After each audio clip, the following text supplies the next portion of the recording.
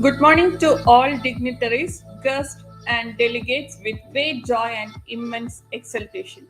I feel privileged to extend my warm welcome to all presented here for the ICSET 2021 Conclave. ICSET, the International Conference on Skills, Engineering and Technology, conducted by ICT Academy of Kerala, is the hallmark academia industry collaboration an event in the state that deliberates on multiple disciplines around the contemporary subject. Due to this hard pandemic condition, to cope up with the COVID protocol, we organized a complete online program today. And the theme is Leading the New Normal. And we have lined up nearly 40 top leaders and experts from diverse backgrounds from the world of science, technology, business, government, and social development. On this graceful event, I welcome everyone to the stage and I would like to invite Dr. Santhosh Kurup, CEO of ICT Academy, to welcome the ceremony. Distinguished guests, participants, and my dear friends who are viewing this telecast from various parts of the world. It is indeed our privilege and pleasure to invite you to this 5th edition of International Conference on Skills, Education and Technology. The objective of our conference has always been to bring together the various industry leaders, social leaders, entrepreneurs in connect with the academic fraternity and share the objectives of what is happening in the real world as we progress now. This is a very important mandate of ICT Academy because we believe that these interactions help and prepare our youths for the real life experiences of tomorrow.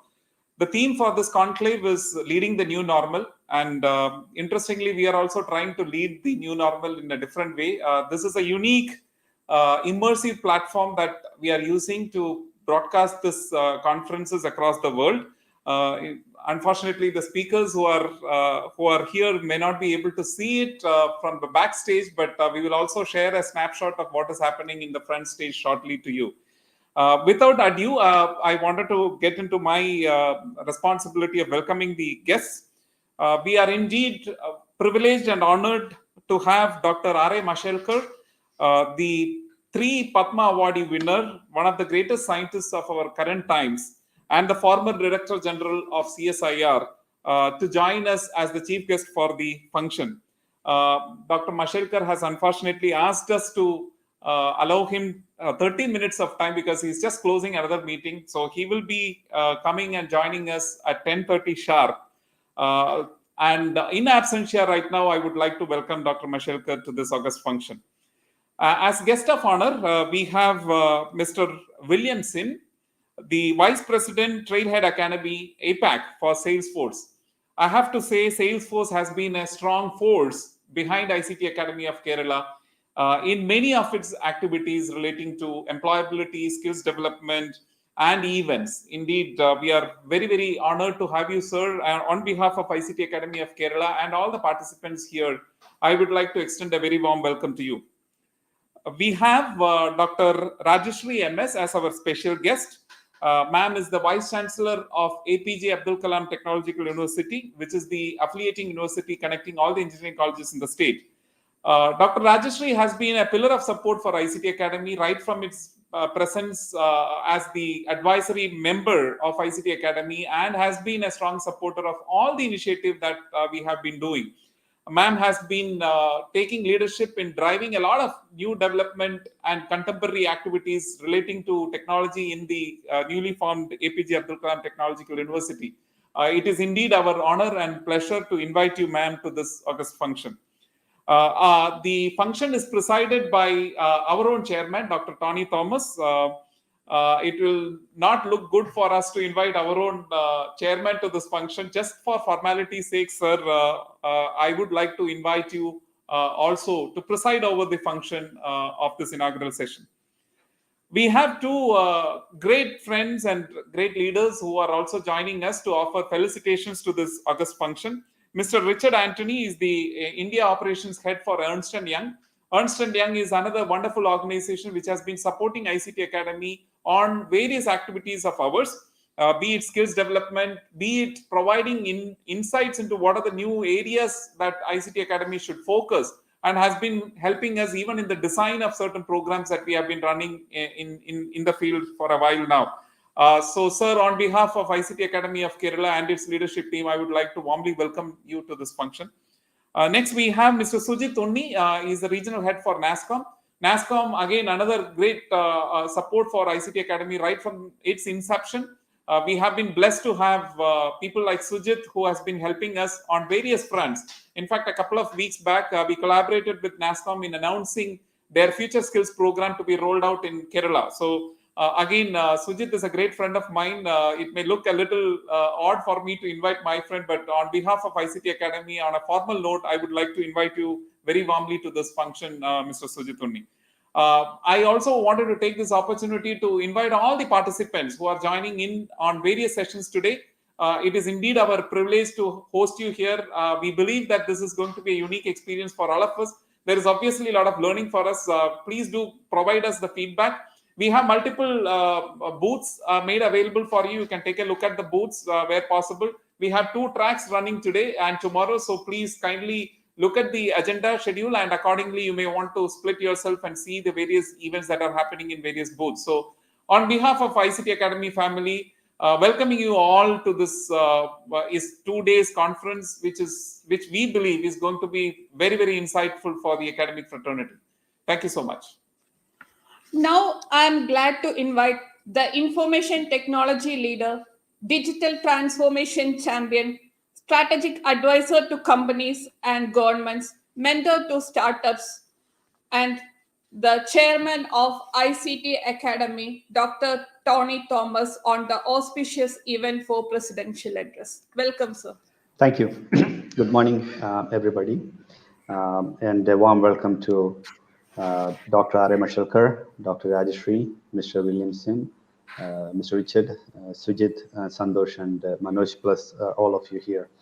ICT Academy, as you know, has been working in Kerala for the past few years to drive skill-based development in a very unique industry government partnership that has been going on quite well. What makes ICT Academy unique is that, what we try to do here is to ensure that we look to the future and impart skills that are required to survive in the new norm, the new world. Why? Because as we know, what is work? As we know, it is changing tremendously. In the last few years, the advancement in technology, the price points in technology, for example, in the last 10 years, the cost of sensors have come down by half, the cost of processing by 60 times, bandwidth 40 times. Of course, in India, as you know, bandwidth is one of the cheapest that we can get. RAM has come down over 20 times, the cost of disk by 17 times, and flash memory by 646 times. So, which means we are fully interconnected across the globe, and now moving to 5G speeds and beyond. 65% of children who are starting school year today, by the time they're ready to get on to their first job, they would be getting on to a job that is really not existing today. And that is evident for a lot of us. When I graduated, there were jobs like stenographer, there were jobs like shorthand writer. There were skills training that were all across the street that would teach people to type, fax, etc. Right now, this has become part of the norm. But even beyond, 10% of the jobs are automatable. Now that means that traditional jobs would keep disappearing quite a bit, and digitally intensive middle to low skill jobs will grow much faster than the traditional analog jobs. It is estimated to be about 2.5 to 3% depending on the survey that you look at. 80% plus jobs today in advanced economies require some amount of basic ICT digital skill. Now, beyond that, how we work is also changing. The new digital technologies are changing how people work together. You can't imagine, you wouldn't have imagined a session like this about 3-4 years ago, or maybe 10 years ago, when people from different parts of the world are interconnected. Some people are physically located, a lot of people are distributed across through internet, and still be able to produce the same level of experience and interactions that we can have a productive conversation. 80% of the companies today are using such technologies, and of them, even an additional 80% are actually going to use this uh, more prevalent in the future. Now, add to this the impact of AI. AI would improve the productivity by about 40%, and 40% is a huge number, because when you really think about the ERP economy, the industrialized economy, we were about 2 to 4% in best case scenario in productivity improvement. So when the productivity is improving by 40% by 2035, it means that things will change dramatically as we've never seen before. And of course, digital technologies will transform the way we work. The future work, the workforce, the workers will be skill driven. We all know the term gig workforce. The gig workers have increased almost threefold, 3 times in the last 5 years. So gig workers are nothing but task-oriented workers, people who are very specialized, interested to do a certain task for a certain period of time, and then move on. So the traditional hiring, the traditional jobs will all keep changing. Companies will, of course, will try to reskill and upskill resources to keep up with the change. But about 50% would be effective, a lot wouldn't be effective. So there is a huge gap between demand and supply of the resources that are required to complete the job in the digital economy. Adoption of digital technologies, including cloud computing, AI, of course, I talked about big data, Internet of Things, e-commerce, robotics, automation. All this would start driving redundancy in roles as well as creating new jobs. Most of the new jobs will have a digital component, and the new jobs would be in the range of hundreds of millions in the next few years. Where we work is changing as well. In fact, we talk about a concept called Uberization of work, where people, in the old days, we would do work and then balance life around work. In today, with gig and beyond, a lot of people look at life and then work around that to balance. So work from home is increasing, global teams are increasing, about 40% or more can be done remotely. And in technology, about 50% of work in advanced economy is now outsourced to India actually, and a larger and another some percent to other parts of Eastern Europe, Asia Pacific, etc. And an additional 22% will be outsourcing work to India. So India will be a preferred market for digital talent. And that is where I think a concept like ICT Academy has its relevance, because the traditional schooling really won't prepare, in my opinion, the future workforce to be ready in this new paradigm of work. There is, of course, a gap between demand and supply. There is a gap between capabilities that is available and the speed to deploy, because the companies are going to be looking for readily deployable talent. Gone are the days when you would have 1 year, 2 year, 3 year apprenticeship and training in jobs, etc. You would want people to come in, be productive from day one, and push for the future. And this is as we know it and as we look forward. But as time goes on, even beyond where we are right now, will keep changing. So all in all, I think this is a quite exciting time for all of us to be part of this journey. And I'm quite happy that we are having such a relevant conference at this point of time. So thanking all the speakers who are part of this inaugural session as well as beyond, and for everyone who are participating in this. And thank you, Santhosh and my ICT Academy team for organizing this event. Thank you very much. Thank you, sir. We feel honored to have with us the guest of honor, Mr. Willaim Sim, the Vice President of Trailhead Academy at Salesforce, the man of distinction and fountainhead of illuminating ideas, an idol of knowledge and experience, and inspiration to all of us. Welcome, sir. Thank you, everyone, and good morning to everyone. I want to start by acknowledging and appreciating the presence of all the distinguished guests of the day. My name is Willaim Sim, and I'm based in Singapore, and I'm the Vice President of Salesforce and the head of the Trailhead Academy in APAC. Now, some of you might not know what Trailhead Academy is, so let me just quickly explain. Trailhead Academy is the education, skilling, training, and certification arm of Salesforce. And I want to thank ICT Academy of Kerala for this opportunity for me to provide some of my personal views towards this theme of leading the new normal. Now, some of you might have heard of Bruce Tuckman's model of forming, storming, norming, and performing. Last year was definitely the storming stage. This year, the world of ours is working towards the norming stage. That is trying to figure out how to embrace this new normal. Our day-to-day routine are going to be disrupted. There's no doubt about that. Some of us will hopefully find these changes to have minimal impact on our daily lives. Maybe it's just a matter of wearing a mask, practicing social distancing, that's it. But others will feel that this change is going to have a major upheaval effect on their lives. I can just imagine those people in the frontline healthcare feeling that extra stress as a result of COVID. From an industry perspective, companies like Salesforce also have to adapt to this new normal.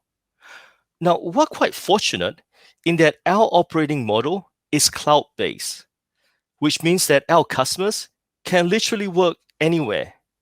Very similar to what Dr. Tony Thomas was saying just then, that 40% of the work can be done remotely. That is what we in Salesforce anticipate as well, and that's why we created this particular operating model.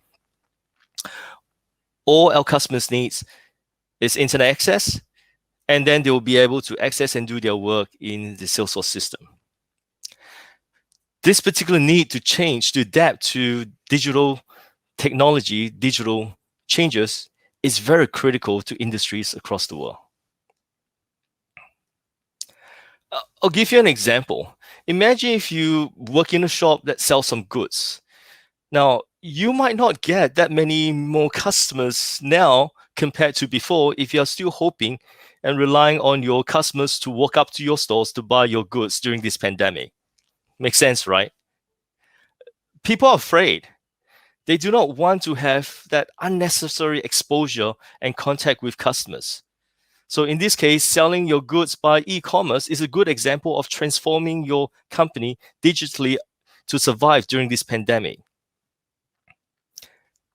In fact, this is perhaps one of the many reasons why many governments now across the world are encouraging their local companies to accelerate the rate of digital transformation. The Singapore government has initiatives, I know, that helps its small, medium businesses to adapt to new technologies. The government views this crisis, interestingly, as an opportunity to nudge its local businesses towards that digital transformation. And that's just for the business side. For its citizens, for its people, the government has digital literacy programs designed to increase the digital awareness.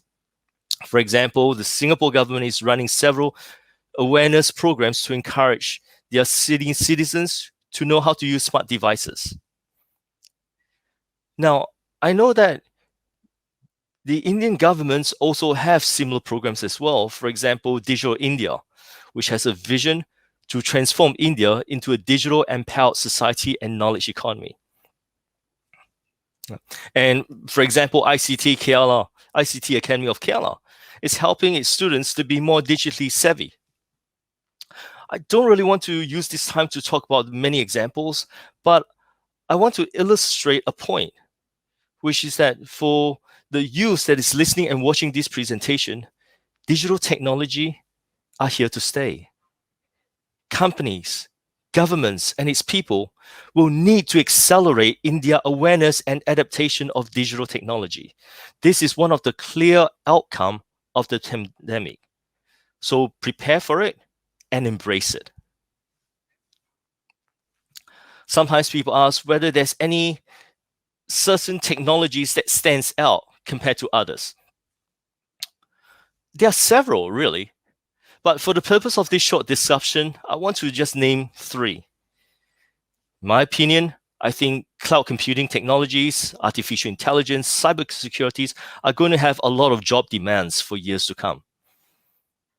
Cloud computing technology, because that is at the heart of digital transformation.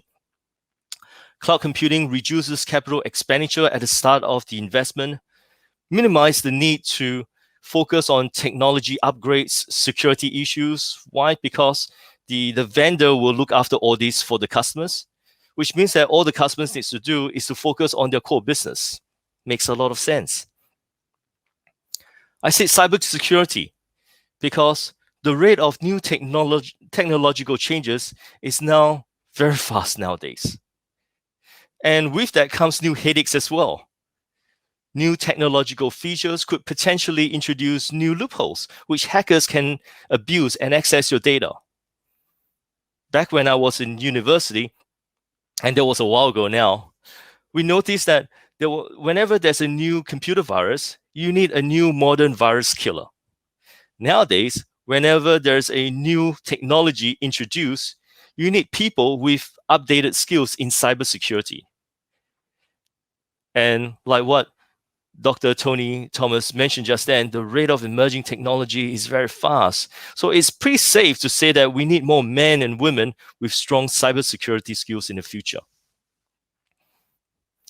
And similar with artificial intelligence, in that companies now, because of the new digital transformation, they now have access to a lot more data, which they can use to analyze and make better informed decisions. The nature of the data is very complex, not to mention the volume of data that is out there. And situation like this is just another example whereby we need artificial intelligence to help a human mind to decipher and predict and make better decisions.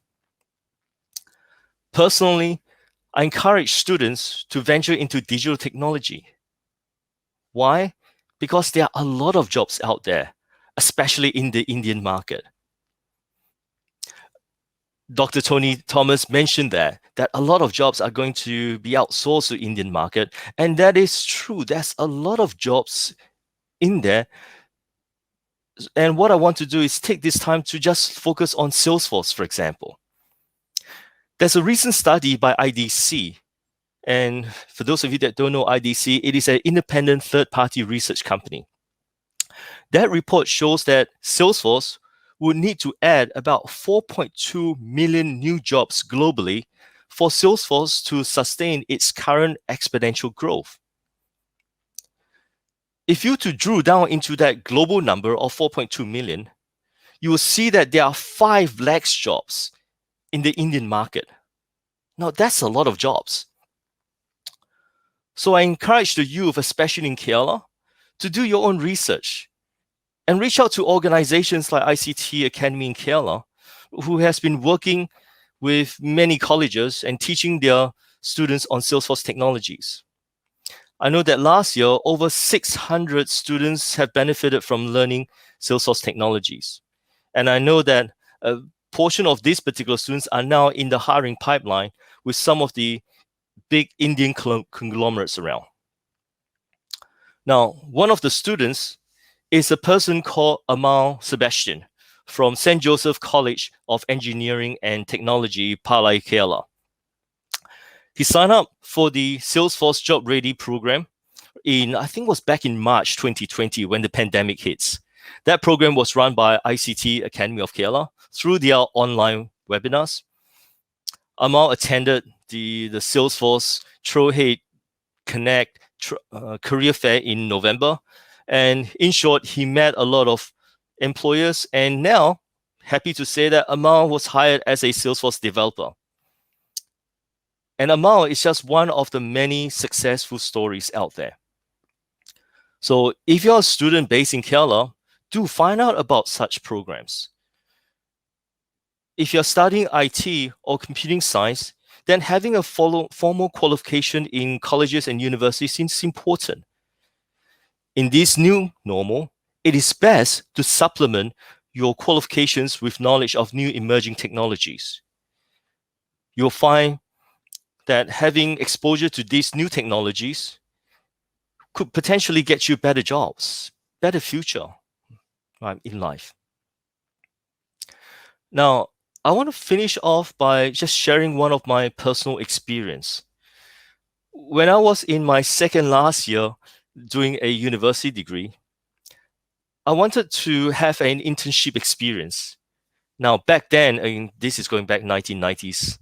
Back then, internship wasn't part of a university program, but I was adamant. I wanted to do an internship because I know that it will increase my opportunity to get a job.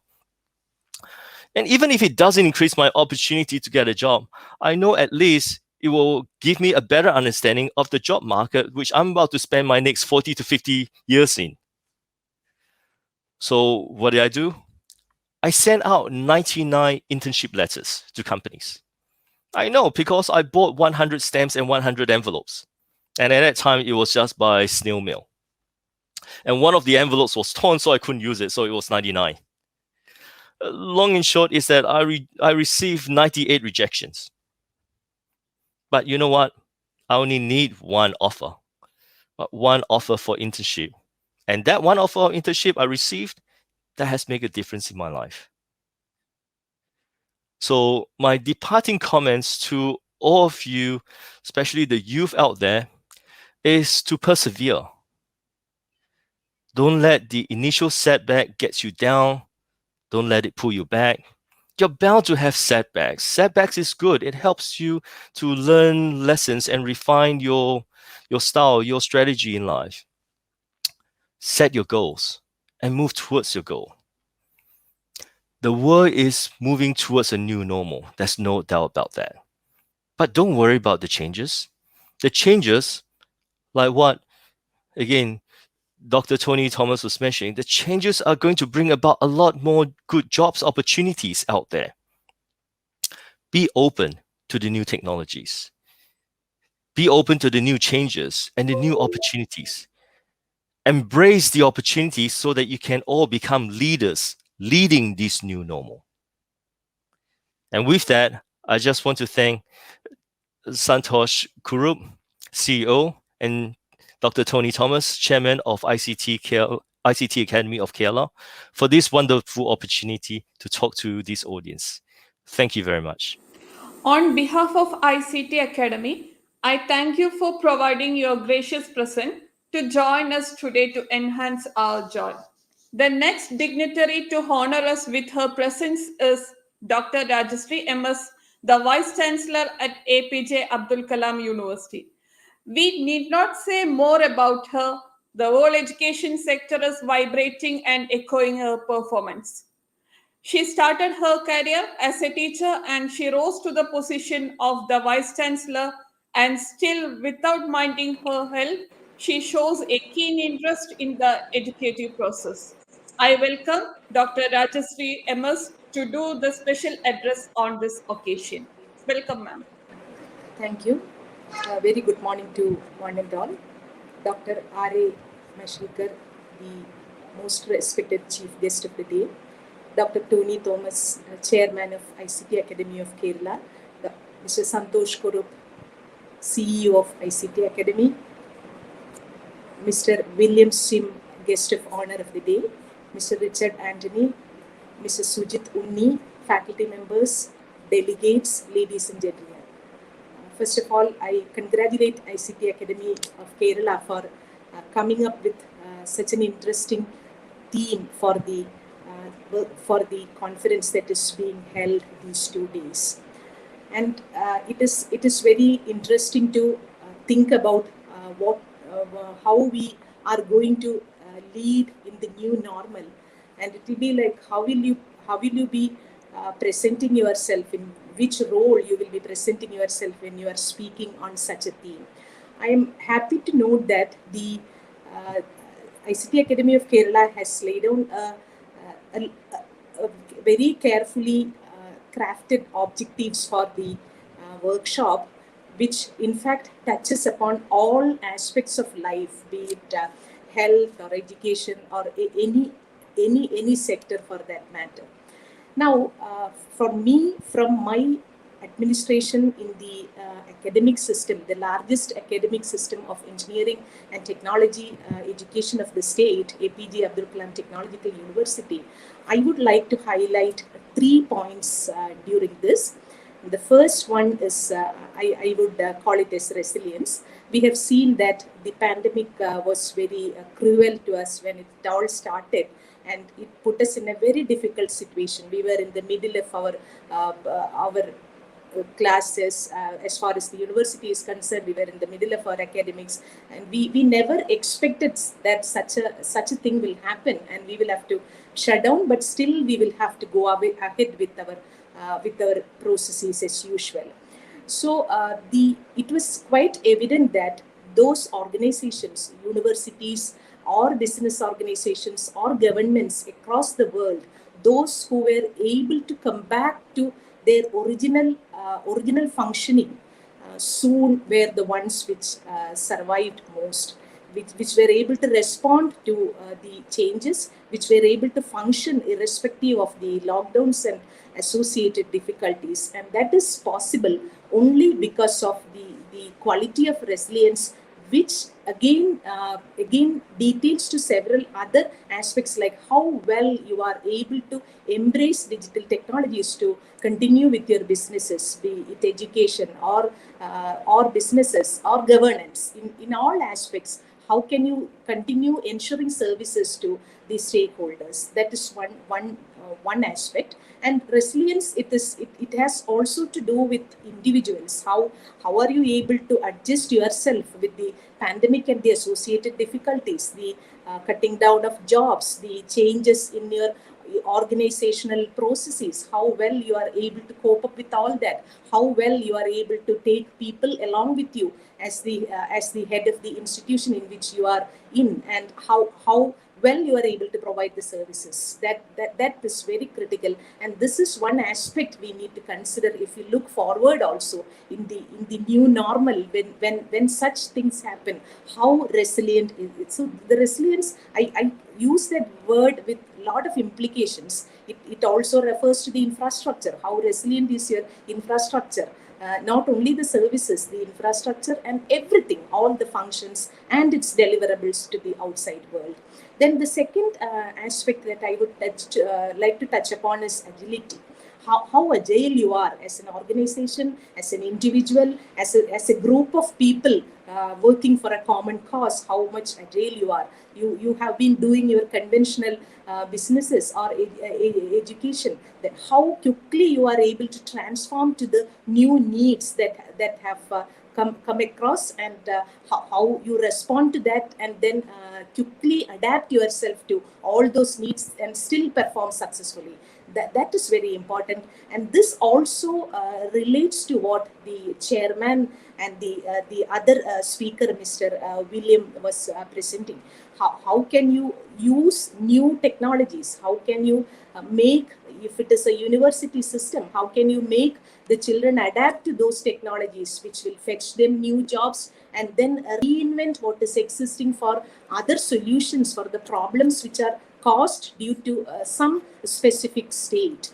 That is very, very critical. And it is not only some specific list of technologies, but within the technologies and within the new knowledge areas, how well you are innovate and then connect to several other problem areas that come across from your organization and also outside, how you can respond to that, how much agile your workforce can be, how much agile your internal processes can be, how much agile the thinking of your people are, how well are they able to respond to that, how well are they able to contribute towards the new need, how quickly they can do all these sort of services. So agility means all those, and it has its own implications. Like if I speak from my side, it is about the academic system that I have, how well I can adapt it to the new requirements. How can I bring in digital technology as an alternate option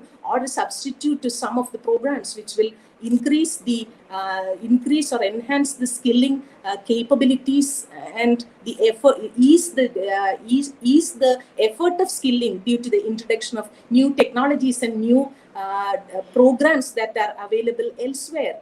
How well can I add to the workforce, to the global workforce that is very dynamically changing, looking at from my university side, without compromising my purpose of existence, our university's purpose of existence, and basic degrees and the research and all those basic things, without compromising all that. How can I adapt and be agile to all these? As the institution's head, how can I evolve my systems and processes for that? That is what is meant by agility, and it also relates to the kind of workforce that Mr. Tony Thomas was bringing out, the gig economy, which is looking for very dynamic changes in the workforce. And it all boils down to saying that the learning is not starting at one point and stopping at the end of graduation. It is a continuous learning process, and it has to happen whenever you are, wherever you are, and in whichever position you are in your career. That becomes a lifelong learning, and how that culture be inculcated from the campuses through this type of skilling, and how those kind of how the outcome of those skills can be acknowledged by the academic system itself by means of micro credits or whatever, which can be accumulated and then converted into some specific competencies, a group of such micro credits, which will prepare them for knowledge for gig economy, which is essentially the knowledge economy, to some sort of competency that can be reckoned for further placement and all. This is what we can think of from our side, and this will exactly map with the system that the new educational policy NEP 2020 is also looking at, like the microcredit and academic bank of credits. Wherever you are, you accumulate some credits and you go to a different organization and then or different educational institution, and this comes as a credit for you, on top of which you can build further. So that is an exciting opportunity of skilling, which exactly matches with the kind of requirements that was suggested by both the previous speakers. And there is excellent opportunity, and there are possibilities for working this out for furthering the skilling. And when we say skilling, it is not some specific programs of something, but it is also the quality attributes of the individuals to respond to such kind of skilling and adapt themselves. The personal capabilities also, not from the certificates or knowledge that is coming in a specific vertical, but it is much more than that. And in the third point that I'm trying to tell you is about the open culture, which again was mentioned by Mr. Willaim Sim.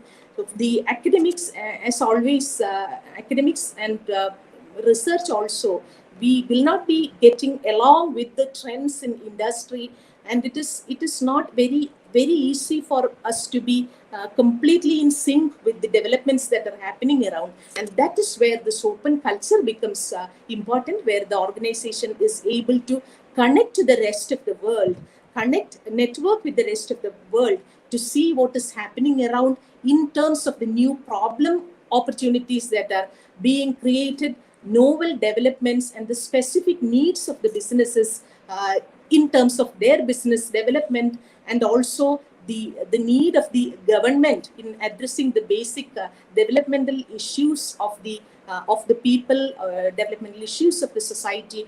How well a system can be open, especially when it comes to a university, the meaning there is it is very profound. How well can we have a forum where such problems and such issues are brought in, and how the academic and research community work along with the needy people like this, and then come up with solutions, thus putting everything together and putting the complete value chain in the knowledge economy, from the places where knowledge is being produced, how well it is used by the customers of knowledge, be it government or businesses, and how it can be further, how it can be developed further, and how it can create new problems which are fed back to the academic institutions through a forum. And that is where ICT Academy can also play a significant role. And I would once again express my gratitude for inviting me to this forum, because there is something that people can collectively do together who are being part of this, the people who are arrayed for this session these 2 days. They will have different perspectives to share, and it is having that kind of open culture of knowledge sharing and the agility to put everything together and respond and be resilient will definitely take us a long way. And my special congratulations to ICT Academy, the chairman, the CEO, and the rest of the team once again for this wonderful opportunity. Thank you. Wish you a good day. Our chief guest of the day, Dr. Padma Vibhushan R.A. Mashelkar, one of India's most eminent scientists and the former counsel of CSIR Director General. He is known for his contributions to India's National Chemical Laboratory and CSIR multiple Mashelkar Committee and successful campaign against foreign patents on Indian traditional knowledge. His mantra of inclusive innovations, more from less for more, and Gandhian engineering have been a constant source of inspiration for corporates and youths alike. Sir, you hardly need any introduction. We have made all of us proud of your distinguished work in numerous capacities. You are one of the most celebrated scientists and proudly welcome you to this auspicious inaugural ceremony. Welcome, sir. Thank you. Thank you very much. I want to thank the ICT Academy of Kerala, and it's a special pleasure, special honor, special privilege to participate in this international conclave on science, engineering, and technology. I'm going to speak on a topic that is close to my heart. I have always believed that India is a legitimate leader in the 21st century.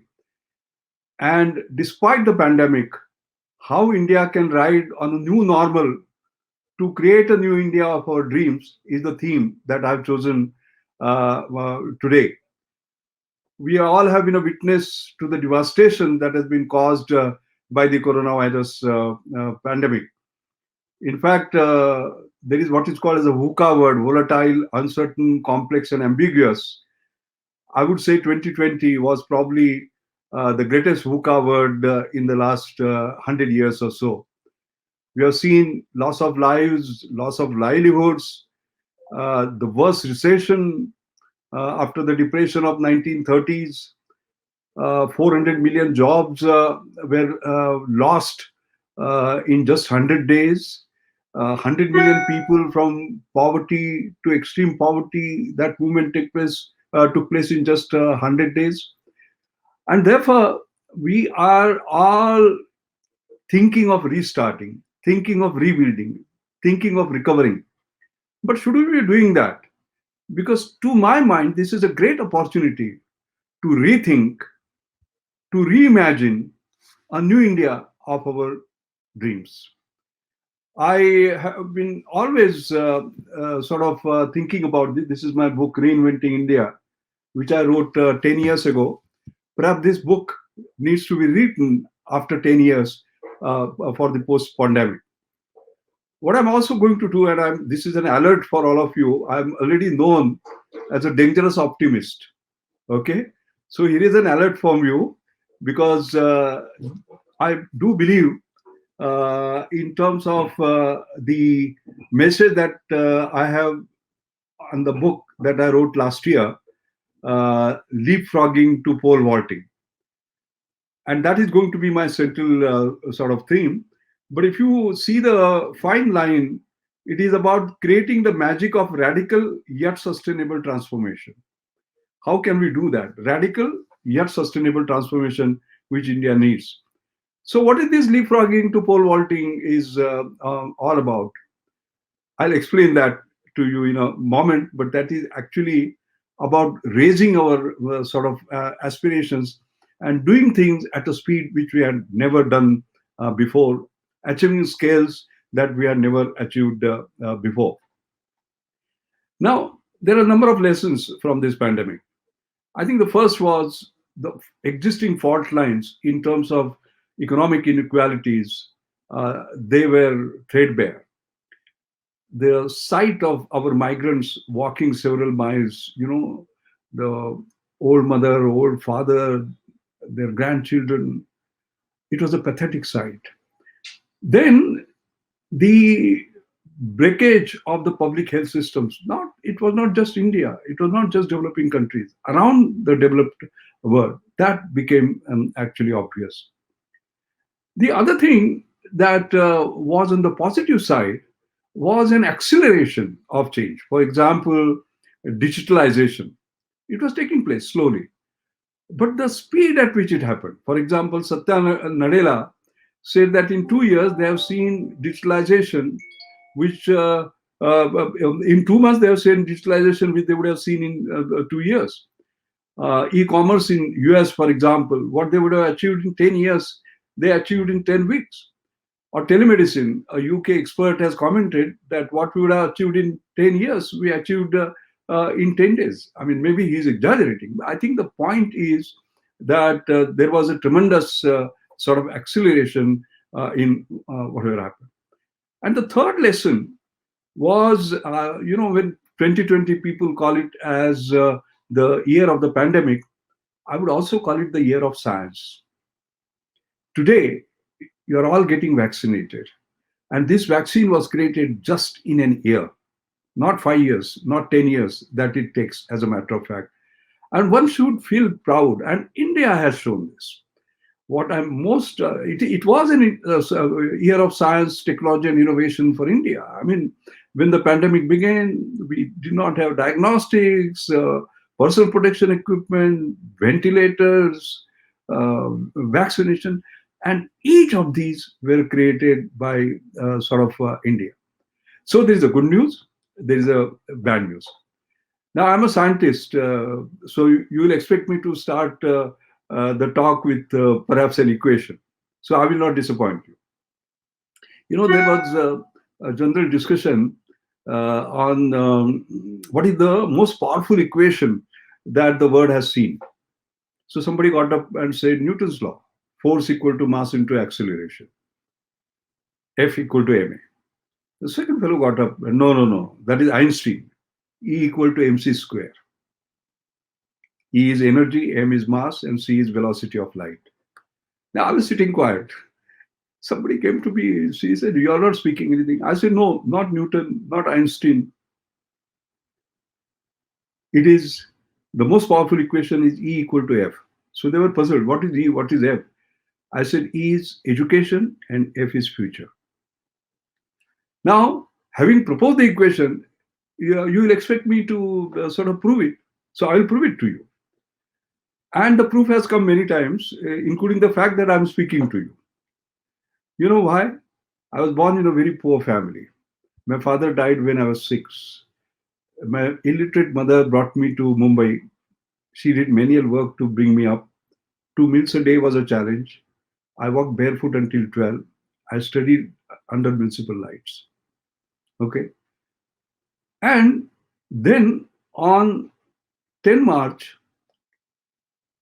the 2000, I got Padma Bhushan. By whom? At the hands of the most revered late K.R. Narayanan, who was then the president. His story is similar to mine, and you will know it more than anyone of us. How he walked several kilometers, how he was in a poor family who could not afford even the tuition fee. And therefore, he used to stand outside the class and take notes, etc., etc. These are well-known stories. He went on to become president. And both of us went up in our life because both of us got what is called as a Tata Scholarship. And interestingly, on the day the Padma Bhushan was given by him to me, he also gave it to Ratan Tata. Now, can you just imagine somebody who got Tata Scholarship, became president, and gave it to another Tata scholar like me and to Ratan Tata? Does it not prove equal to F? Education is equal to future. We built our future because of education. And therefore, when we talk about riding on the new normal to create new India of our dreams, education comes first because that is future. But now what has happened? There is a challenge. The challenge is when 1.6 billion children went out of school in 100 days, 1/3 of them did not have access to online learning. And you can't have access to online learning if you don't have the devices, you don't have the connectivity, and so on and so forth. So no access to online learning means no access to education. That means no future. All right? That is the equation, isn't it? That is because of the digital deprivation that they have. And therefore, what will be most needed now is digital access. Now, India has had right to education. Then, of course, we are looking at right way of education and then right education. But the right way of education now blended learning, online learning. And therefore, the new India you cannot build unless the power of blended learning is understood. Pandemic or no pandemic, some of these practices are going to continue. It is not going to be digital word or physical word. It's going to be phygital word. All right. So how do you sort of blend it? That's going to be the issue. And I remember in June 2020, 17 June, there was this UNESCO Director General had called the meeting of all the presidents of universities from 196 nations. I was invited to participate in a panel discussion in my capacity as president of Geo Institute. And I remember there was MIT, there was Tokyo, etc., top universities. With the Tsinghua was there from China. And I remember the discussion was on post-COVID, what will be the education, like higher education in particular. And I mentioned about these digital inequalities. And I said, no, digital access means no education. And I remember Jeffrey Sachs actually getting up and saying that we have 17 sustainable development goals. This should be the 18th one. That is what. So in India, therefore, in order to ride this new wave of digital, access is going to be most important. And there, I think the obvious point that comes is that, is India capable of creating affordable access to devices? And the answer is yes. India in 2001 had created Simputer. What is Simputer? It's a low-cost alternative to PC.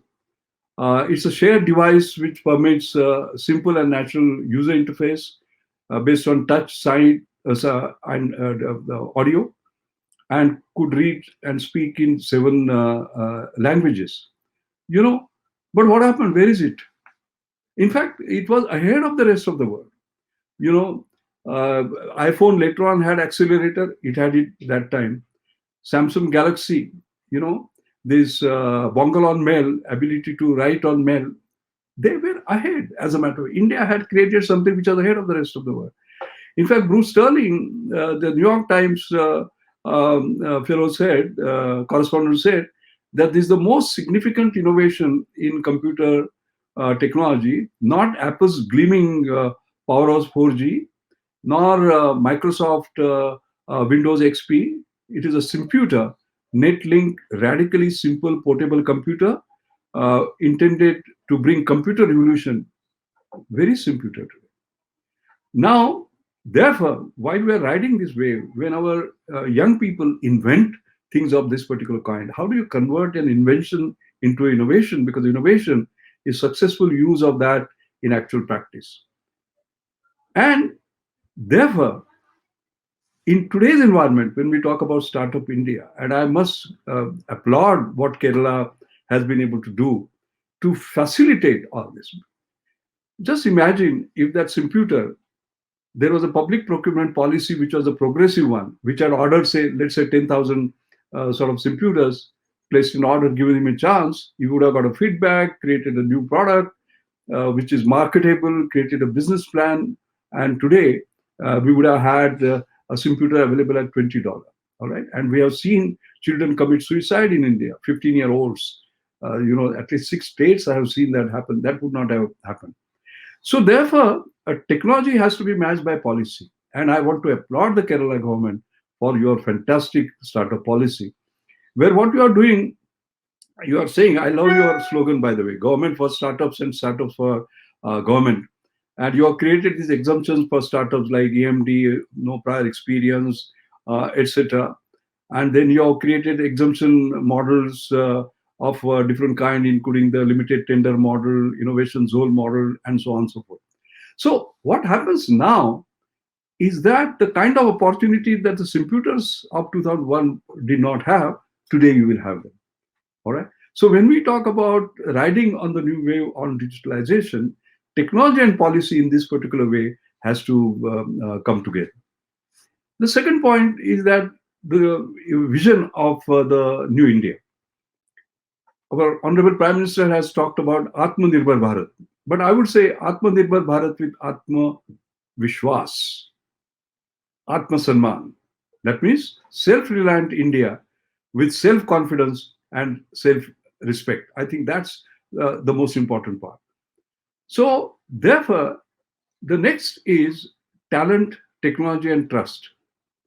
Talent, there's no question about that, Indian talent. In fact, Atalji used to say India's future is in IT, IT as in information technology. I used to say, yes, India's future is in IT, IT as in Indian talent. So talent, no issue, technology, no issue. The trust is the most important part. And there is a trust deficit. And that I'm happy to see changing now. I was delighted to see our Prime Minister take the vaccine, which was Bharat Biotech, our own vaccine. That trust is very important. Because that was missing, we can't ride on the new wave. That trust is the factor which will sort of drive us. Just to give one example, in my mother's name, I have created Antony Mashelkar Inclusive Innovation Award. This is the 10th year of the award. It's a small award, 1 lakh. And I remember Naveen Khanna of ICGB creating a dengue test, Normally you take 1 or 2 days, he could detect it in 15 minutes. It was better than the South Korean, Australian, and the American one that we are importing. Nobody would buy it. They had no trust in it. Then what happened? There was a pandemic. All the kits were gone.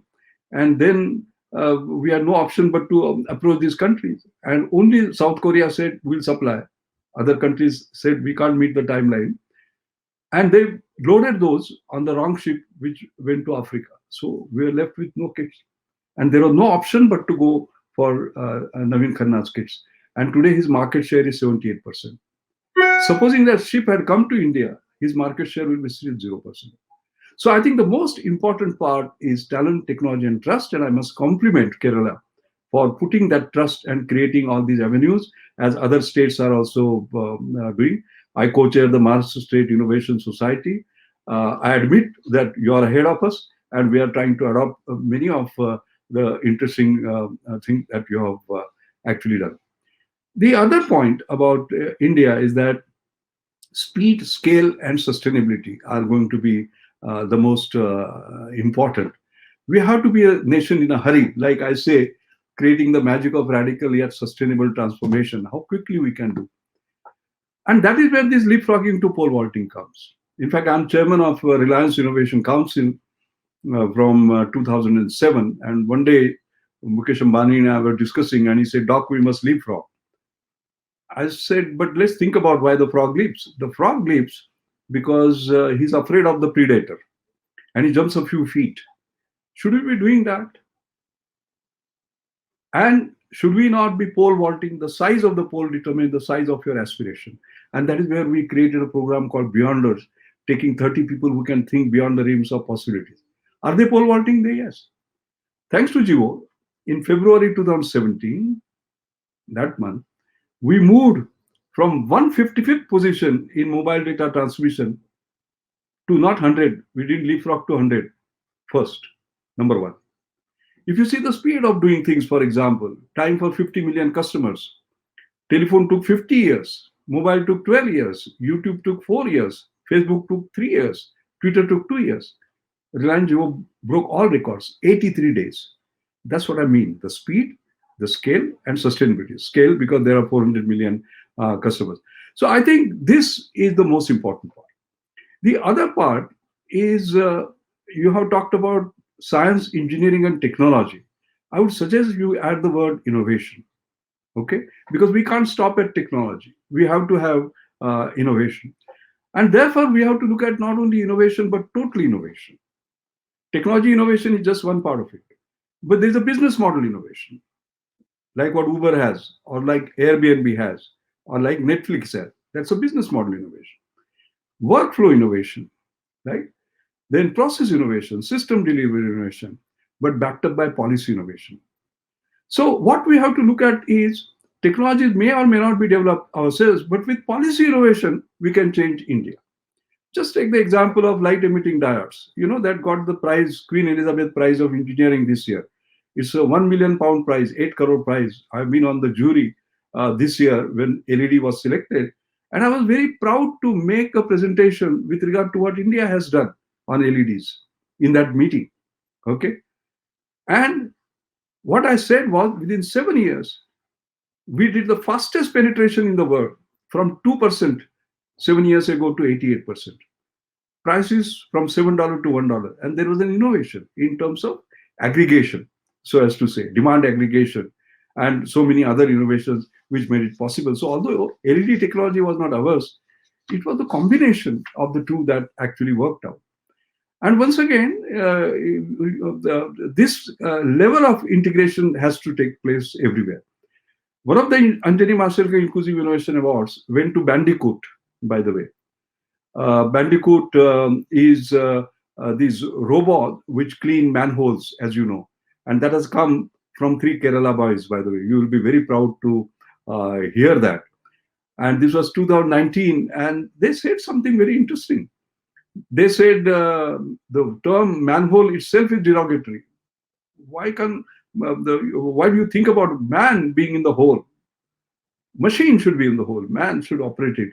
And that was the transformation that they did. So they have the technology now, all right? Man can be replaced by machine. But then they'll say, what happens to the manual scavenger? Well, they have trained him as a robo operator. So you can see the dignity that he will have now as a robo operator, not a manual scavenger, what the children will say when they go to school, etc. But that technology will be of no use unless there is a total innovation. I started with technology, ended with policy. And I'm very delighted that this particular news, by the way, went to Delhi. There were so many other things that I will not sort of get into, but I'm very happy to see that now the government is bringing in a new bill. It is called the Prohibition of Employment of Manual Scavengers and their Rehabilitation Amendment Bill 2020. So the use of mechanization is going to be made sort of compulsory. Can you just see that? What societal transformation it is going to be? The next point I want to make, and I will close in 5 minutes. I've been given 20-25 minutes, so I will like to speak to the time, is that here everyone has to contribute in taking these technologies forward. We talk about corporate social responsibility, how that can come in, not just government policies, but industry, of course, support of the kind that we talked about, partnerships that were talked about a little earlier, but also the corporate social responsibility. Let me give an example. Again, among the Antony Mashelkar Inclusive Innovation Award, there was one, Rahul Rastogi. What was his challenge? His challenge was his father had a heart issue. So he had to put him in a car late at night, take him for a ECG, and bring him back a few kilometers and all that. He said, why don't I create something which is a portable ECG? And he created a portable ECG. It is here. Okay. How does it operate? You put your 2 thumbs here for 15 seconds. Then you have sensor here. This is your heart. 15 seconds. 15 seconds. And within 3 minutes, if you have downloaded an app called Sanket, it will be in your mobile. What it means is that if there is a woman in a distant village, old woman, who has a heart pain, you don't have to put her in a bullock cart on a scooter or take her a few kilometers away. You just do this if there is a connectivity, and the best expert, let's say in Trivandrum, can have her ECG. It's very accurate. But when he did it, it was 6 lead. I said, nothing doing. It has to be 12 lead. He said, but sir, I will require 46 lakhs of rupees to create that prototype. And I remember Tata Trust coming and giving that 46 lakh within 48 hours. Can you just imagine that? And that is how this is in the market. You can buy it, by the way. You can go to Amazon and Sanket. And now thousands of people across the world are actually using it. As our Prime Minister says, make in India for the world. This is an example of make in India for the world. The last point I would like to make is that we talk about make in India, but it cannot just be assembled in India. It has to be invented in India. You have seen what has happened in mobile. If you look at 2015 and today, 2015, our Indian industry had 45% market share. Today, you know what it has come down to? From 45, it has come down to 7%. China had just 9% at that time. They have gone up to 68%. Why? So, therefore, this is the challenge that we are going to have if you don't invent. I like to end by giving 5 Mashelkar mantras. I'm 78. I thought there are lots of young people. I think first is aspirations are your possibilities. Keep them high. And I'm very happy that the young people today have this aspiration. I was talking to some young people and I said, look at Satya Nadella, he became CEO of Microsoft. Then Sundar Pichai, CEO of Google, etc. They say, sir, you are mistaken. We don't want to be him. We want to create our own Microsoft, our own Google. So aspirations, fantastic. Hard work is the second part. There is, like instant coffee, there is no instant success. All right, you have to work hard. I do that 24/7, day after day. But work hard in silence. Let success make all the time. The third is purpose, perseverance, and passion. You must have a big purpose, North Star, towards which you work. Perseverance is very important. You can say unhesitatingly, I can say that quitters never win and winners never quit, but do it with a passion. The fourth Mashelkar mantra is windows. When you keep on, or the doors, you keep on knocking on the doors and they don't open, then create your own door.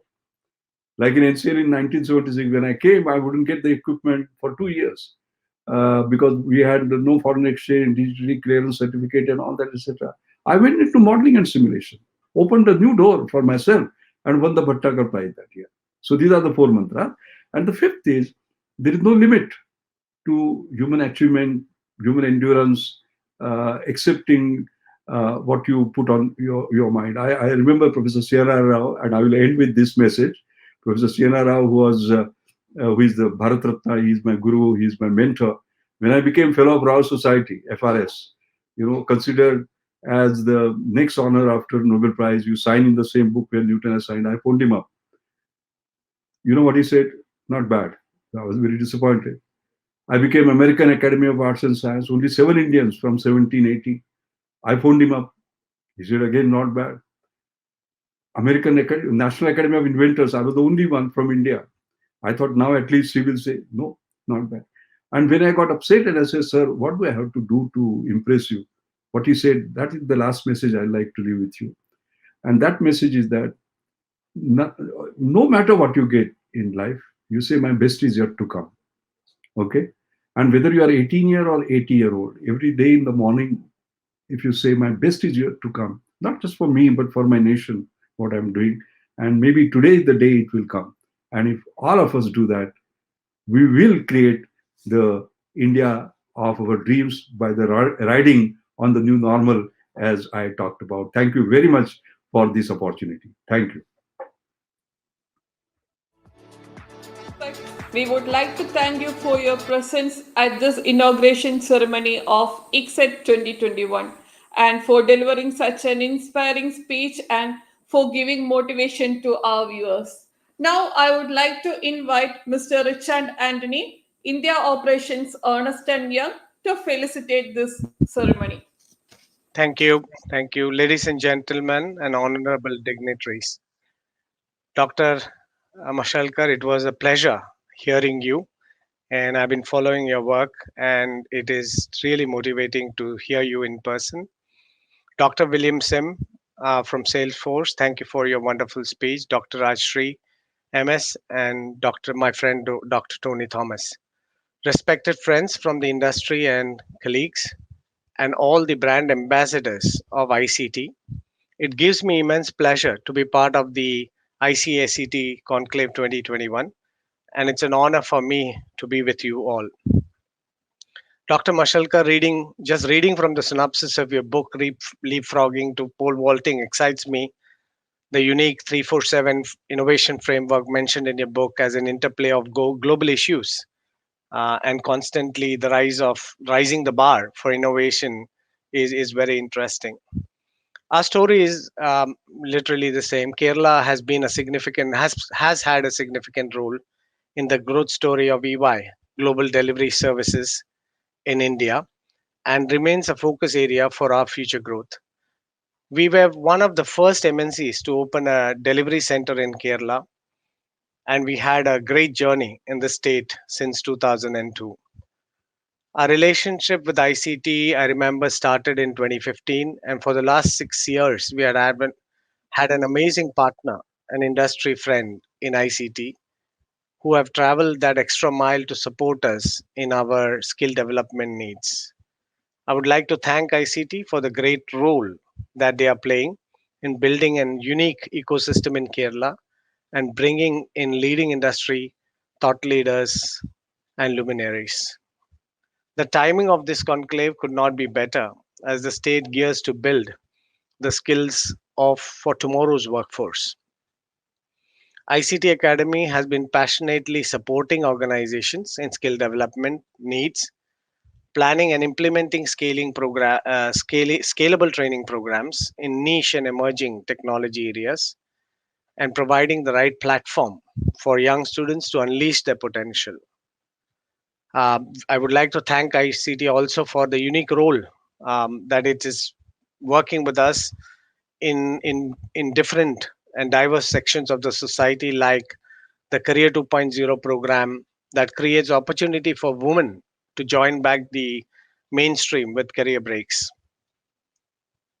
ICT also has been playing an important role in the distributed workforce management system to enable Kerala leapfrog into digital technology. I should say pole vault now. Colleagues, even before the pandemic, organizations around the world had started looking at the future of capability building. Across the world, industry leaders realized that the next 10 years will be very, very different, and we'll have to bring some fundamental changes to our working world. And to adapt, employees in every role will have to acquire new skills. The pandemic has just accelerated this and proven beyond a doubt that work can be done anywhere, skills can be developed from any place. Learning, for example, is one of the thresholds to become more personalized and purposeful. Successful organizations will need to develop the skills of their workforce by harnessing the power of technology, linking capability building with business value, and making talent development a CEO level priority.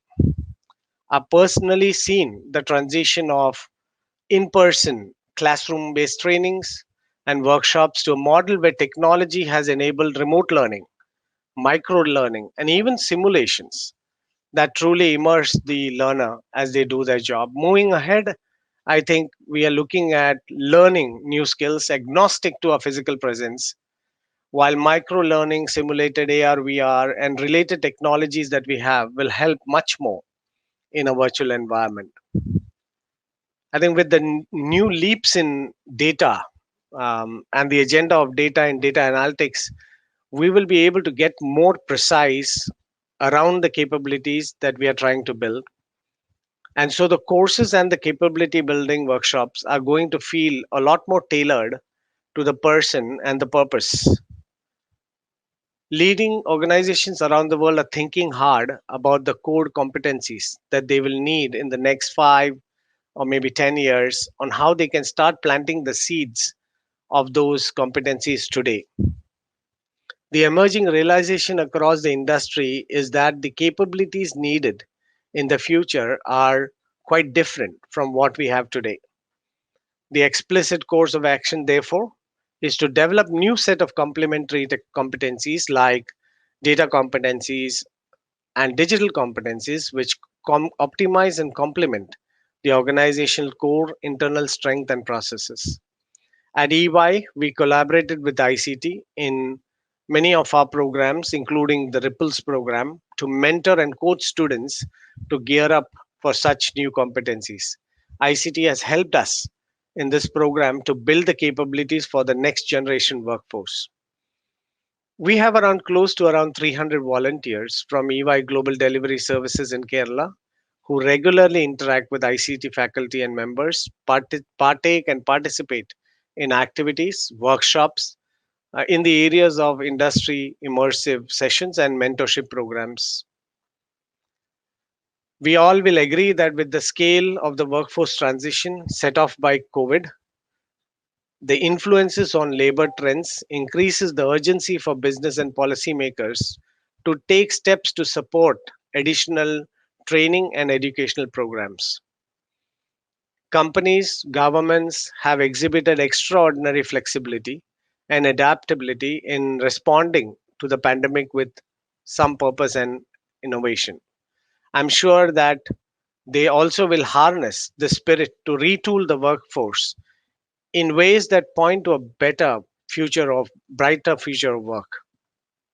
The reward to such efforts would be more resilient, more talented, better paid workforce, and a more robust and equitable society.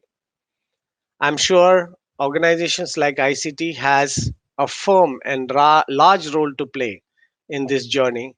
And I once again thank ICT Academy and wish this conclave the very best. Thank you. Thank you, sir.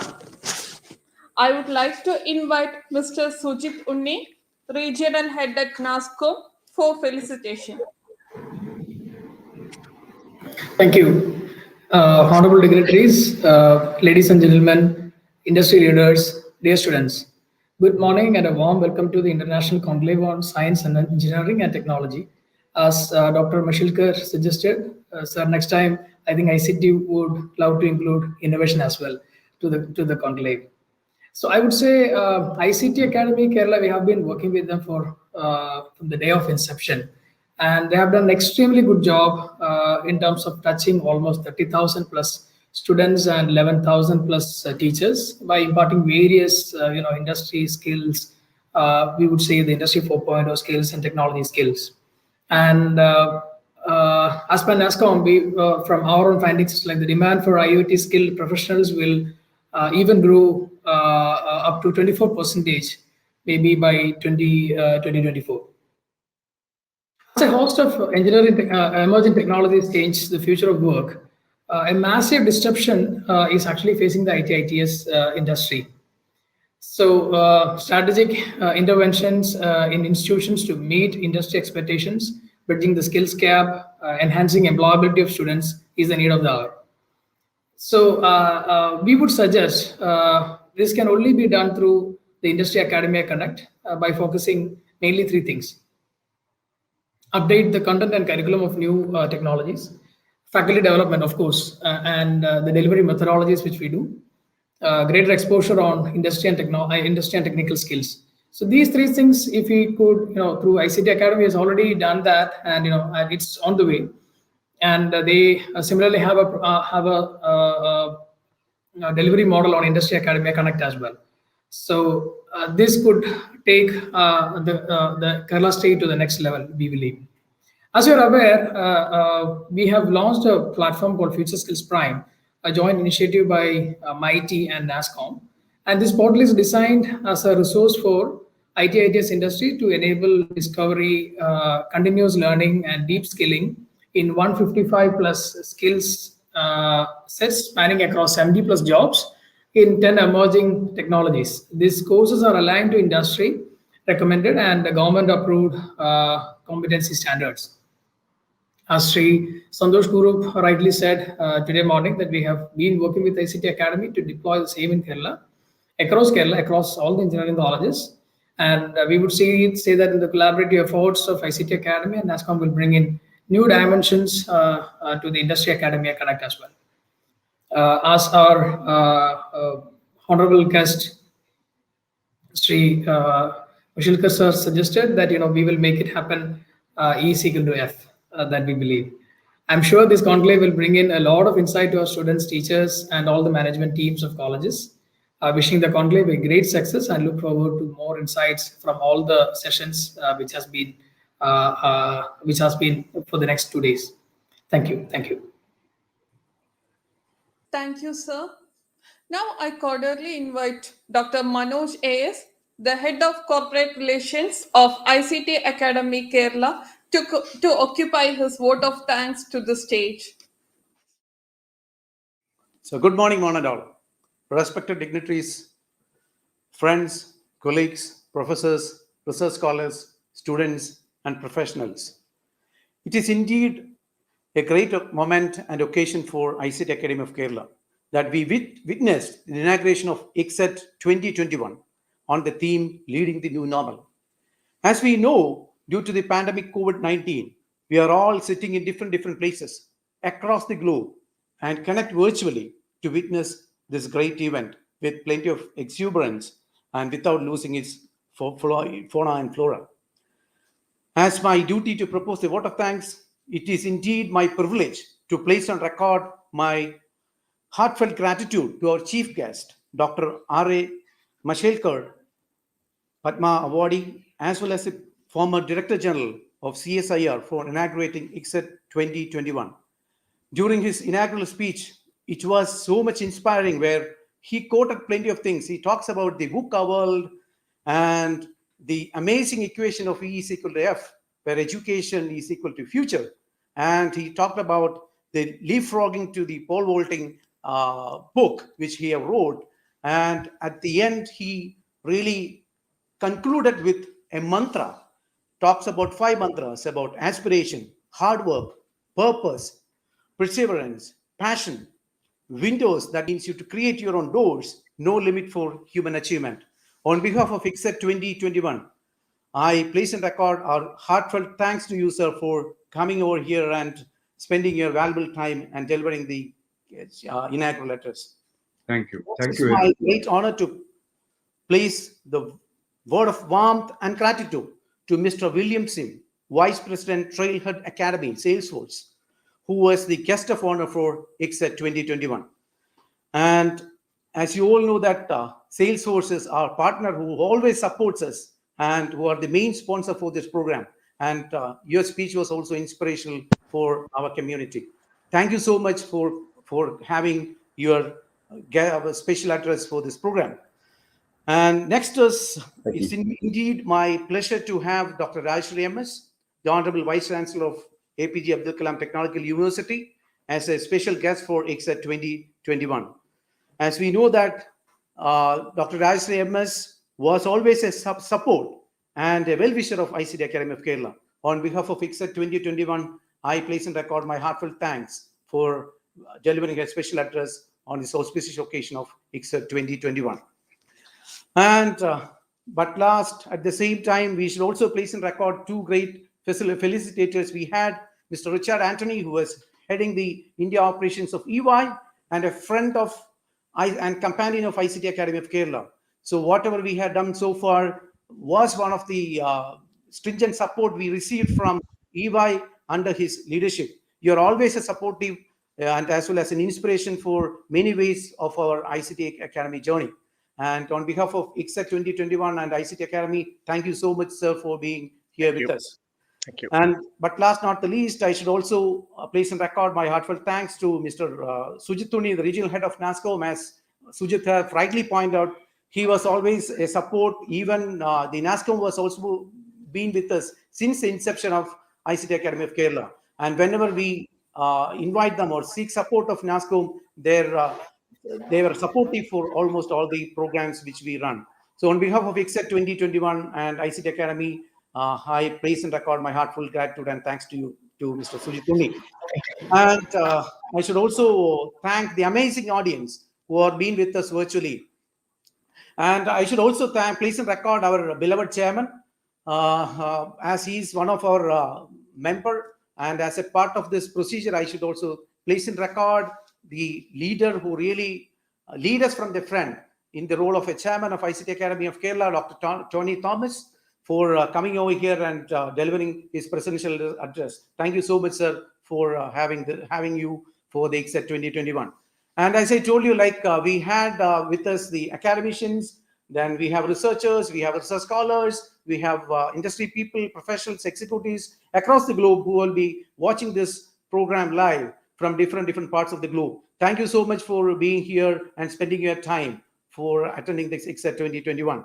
And I should also thank my CEO, my team members who have been working for the past so many months. And this will keep on rolling for the past couple of months for making it happen. Thank you all. And I wish everyone to be here for this conference for the next 2 days, where you have some very interesting sessions coming up. Thank you all. Thank you. Once again, on behalf of ICT Academy, I thank you everyone for providing your gracious presence to join us today to enhance our joy.